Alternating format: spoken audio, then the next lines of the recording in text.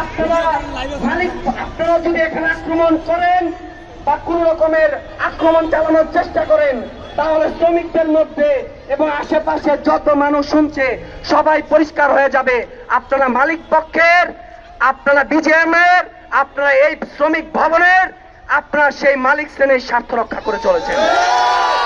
আপনাদেরও নিজস্ব পরিবার আছে, আপনারা ঈদ করবেন, আপনাদের বেতন মাস শেষে পকেটে ঢুকে যায়। শ্রমিকদের 3 মাসের বকেয়া মজুরি হয় নাই, কিছু কারখানায় 14 মাসের মজুরি নাই। তারা ঈদ করবে কিভাবে? এই চিন্তা আপনারা যদি মাথায় থাকে, আপনাদেরও পরিবার রয়েছে, আপনাদেরও বাচ্চা কাচ্চা আছে, তাহলে আপনারা ওখানে দেখে অবস্থান করেন আর শ্রমিকদের দাবি দেওয়া, শ্রমিকদের নিজস্ব সংগ্রাম নিজেদের করতে দেন।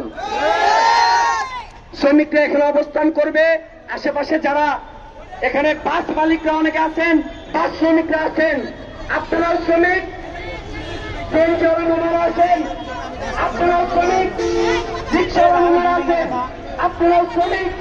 আজকে যদি এই শ্রমিক ভাইদের মনে করেন আপনাদের শত্রু, তাহলে আপনারা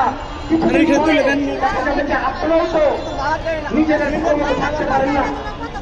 এই রাষ্ট্র, এই যে এর মধ্যে যখন শ্রমিকরা নিজেরা এখানে দাঁড়ায়, আপনারা ওখানে দাঁড়ায়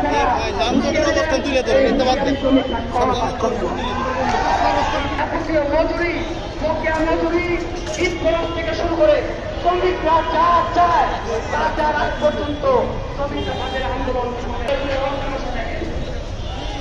এই পুলিশটা আসলে বলছি, আপনারা আসেন, চিন্তা করেন।